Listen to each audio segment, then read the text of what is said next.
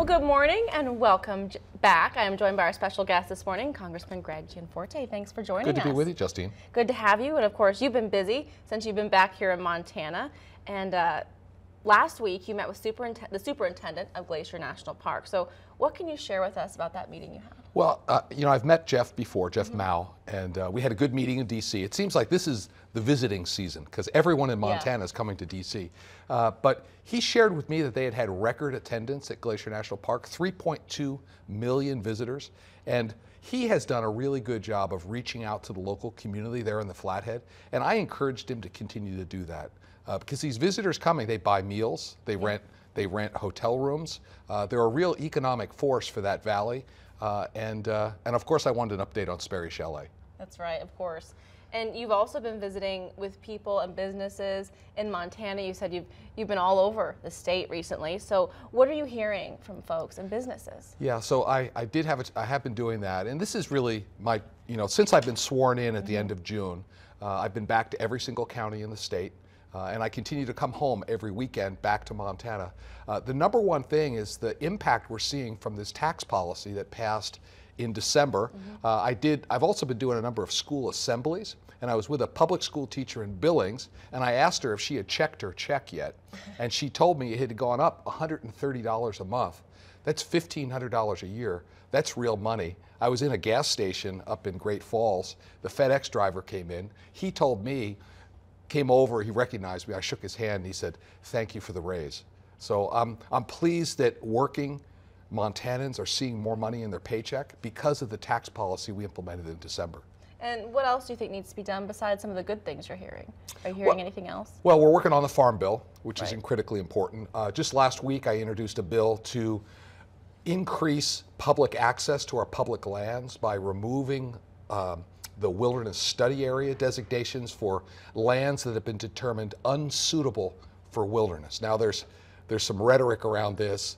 What will happen when this bill passes is these lands that have been stuck in limbo for almost 40 years will go back into the Forest Service and BLM inventory for multiple use, and that'll increase Montanans' access to our public lands. All right, moving on to my next question for you this morning. You're quickly closing in on 1 year since you won the special election for the House seat. How are you progressing on the list of issues you wanted to tackle in Congress? Well, I think that I'm a business guy, and I ran to preserve the precious way of life we have here in Montana from federal overreach. And I've been very pleased. I've been able to go to bat for a number of different groups, and I think that people ought to be able to keep the fruits of their labor. That's why getting this tax bill passed was such a big thing. But that has to be combined with fiscal restraint so we can get back to balancing our budget. That's why on day one, I introduced a bill that said congressmen and women should not get paid if we don't balance the budget. I got a little consternation from both sides of the aisle on that. But I told the folks in Washington, the people of Montana had sent me there to drain the swamp, and I'm committed to do that. And if there was one, what's been the biggest surprise about D.C. for you? Well, I think the personal animosity that gets represented in the national media honestly does not exist between members. I'm in a breakfast meeting every Thursday morning. It's half Democrats, half Republicans. We break bread together, we pray together, and a different member tells their story every week. And we don't agree on all the policy stuff, but we're not mad at each other.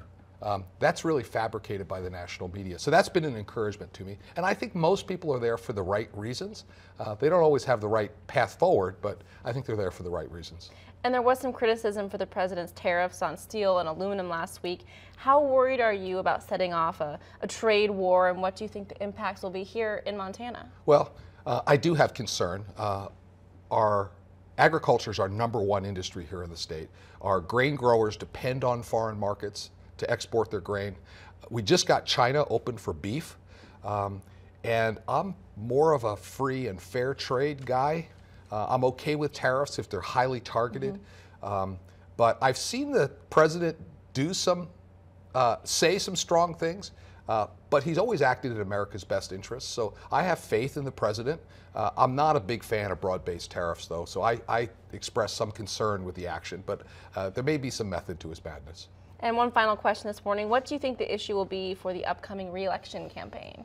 Well, I think Montanans want a strong voice back in Washington to represent our Western views, because it's not one that's heard. And I'll run on my record. I've been here, traveling the state, and if Montanans want me, I'll go back and continue to serve there. All right. Well, thank you so much for joining us here My on pleasure. Montana Thank this you. morning.